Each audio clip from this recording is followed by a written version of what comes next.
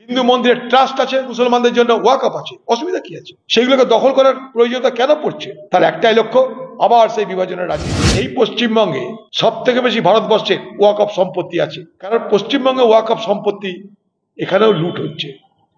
কলকাতা চলে যান, ওয়াকফ সম্পত্তি দখল করে বহুতল বিল্ডিং হচ্ছে। ওয়াকফ বোর্ডের রোজগারকে ইমাম মুয়াজ্জিনদের মধ্যে বন্টন করে তারা দেখাতে চাইছে যে এ টাকা রাজ্য সরকার দিচ্ছে। মিথ্যা কথা। রাজ্য সরকার ইমাম মুয়াজ্জিনদেরকে কোনো পয়সা দেয় না। ওয়াকফ বোর্ডে যে রোজগার, সেই রোজগার থেকে টাকা দেয়। আজকে পশ্চিমবঙ্গের সরকার ভোট এলে মুসলমান মুসলমান করবে। একটা কথা আছে আমাদের গ্রামে, যে যখন চোখে নাই পানি কাঁদছে আমার নানি।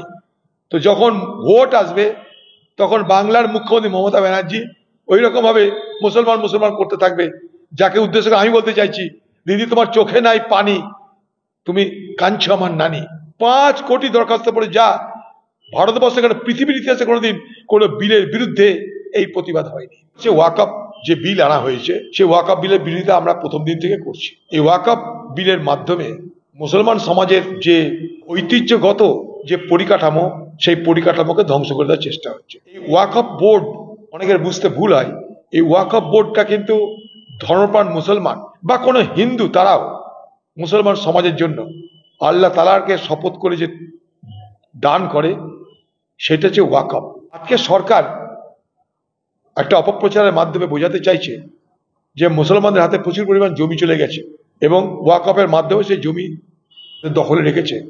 তাই ওয়াকফ বিল এনে নানা রকমের প্রতিবন্ধকতা তৈরি করে ওয়াকফের যে মূল লক্ষ্য, যে মূল আদর্শ, যে মূল ঘরানা, যে মূল ভাবনা, সেটাকে ধ্বংস করার চেষ্টা হচ্ছে। ওয়াকফ বোর্ডে মুসলমান নয়, ওয়াকফ বোর্ডে সমাজের কেউ নয়, ওয়াকফ বোর্ডের সম্পত্তি ফয়সালা করবে ট্রাইব্যুনাল নয়, ওয়াকফ সম্পত্তির ফয়সালা করবে ডিস্ট্রিক্ট ম্যাজিস্ট্রেট।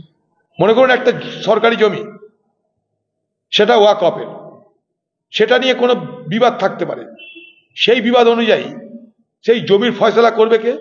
সরকারি জমির ফয়সালা করবে ডিএম। এটা হচ্ছে আইন। এটা কি সম্ভব যে সরকারি জমির ফয়সালা ডিস্ট্রিক্ট ম্যাজিস্ট্রেট করবে, তার সরকারের বিরোধিতা করবে? এই পশ্চিমবঙ্গের সরকার এতদিন পর্যন্ত ওয়াকফ নিয়ে রাজনীতি করেছে।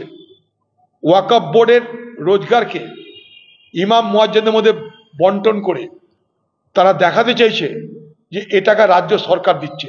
মিথ্যা কথা। রাজ্য সরকার ইমাম মুয়াজ্জিনদেরকে কোনো পয়সা দেয় না। ওয়াকফ বোর্ডে যে রোজগার, সেই রোজগার থেকে টাকা দেয়। সরকার যদি সদিচ্ছা থাকতো, নিজেদের ঘর থেকে আরো টাকা দিয়ে ইমাম মুয়াজ্জিনদের বেতন আরো বাড়াতে পারত। এখানে সেটা হয় না, বরং উল্টো হয়। এই পশ্চিমবঙ্গে সব থেকে বেশি ভারতবর্ষে ওয়াকফ সম্পত্তি আছে। 1,48,200 ওয়াকফ সম্পত্তি আছে। তার মূল্য কয়েক হাজার কোটি টাকা, হাজার হাজার কোটি টাকা। যদি এই সম্পত্তি ঠিক মতন ব্যবহার করা হয়, তাহলে ইমাম মুয়াজ্জিনদের ওয়াকফ বোর্ডের যে অর্থ দেওয়া হয়, সে অর্থ কয়েক গুণ বাড়িয়ে দেওয়া সম্ভব। কারণ পশ্চিমবঙ্গে ওয়াকফ সম্পত্তি এখানেও লুট হচ্ছে। কলকাতা চলে যান, ওয়াকফ সম্পত্তি দখল করে বহুতল বিল্ডিং হচ্ছে। আপনারা জানেন, এই যে বিধানসভা, এই বিধানসভা পশ্চিমবঙ্গে সেটা ওয়াকফ সম্পত্তি। এই রাজ্য সেই বিধানসভার জন্য কত ভাড়া দেয় জানেন? 100 টাকা। কলকাতার টালিগঞ্জ ক্লাব হাজার হাজার কোটি টাকার সম্পত্তি, যেখানে সিনেমা শুটিং হয়। কলকাতার রয়্যাল গল্ফ ক্লাব হাজার হাজার কোটি টাকার সম্পত্তি, সেগুলো সব 100 টাকা, 200 টাকা, 500 টাকা ভাড়া। আজকে পশ্চিমবঙ্গের সরকার ভোট এলে মুসলমান মুসলমান করবে। একটা কথা আছে আমাদের গ্রামে, যে যখন চোখে নাই পানি কাঁদছে আমার নানি। তো যখন ভোট আসবে তখন বাংলার মুখ্যমন্ত্রী মমতা ব্যানার্জি ওই রকম ভাবে মুসলমান মুসলমান করতে থাকবে, যাকে উদ্দেশ্য করে আমি বলতে চাইছি, দিদি তোমার চোখে নাই পানি, তুমি কাঁদছো আমার নানি। এই করে মুসলমান সমাজকে ঠকানো হচ্ছে। আমরা এই যে ওয়াকফ বিল, এটা একটা মুসলমান সমাজের বিরুদ্ধে একটা বিল।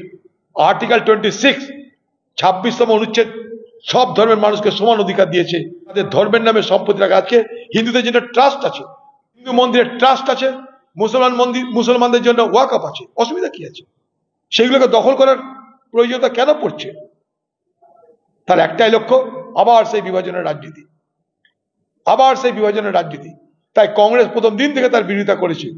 আপনারা জানেন এই ওয়াকফ বোর্ড নিয়ে যে কমিটি হয়েছে পার্লামেন্টে, সেই কমিটিতে রেকর্ড পরিমাণ, আজকে যেটা আজ পর্যন্ত ভারতবর্ষে কোনদিন হয়নি, 5 কোটি দরখাস্ত পড়েছে এই ওয়াকফ বিলকে বানচাল করার জন্য, প্রত্যাখ্যান করার জন্য।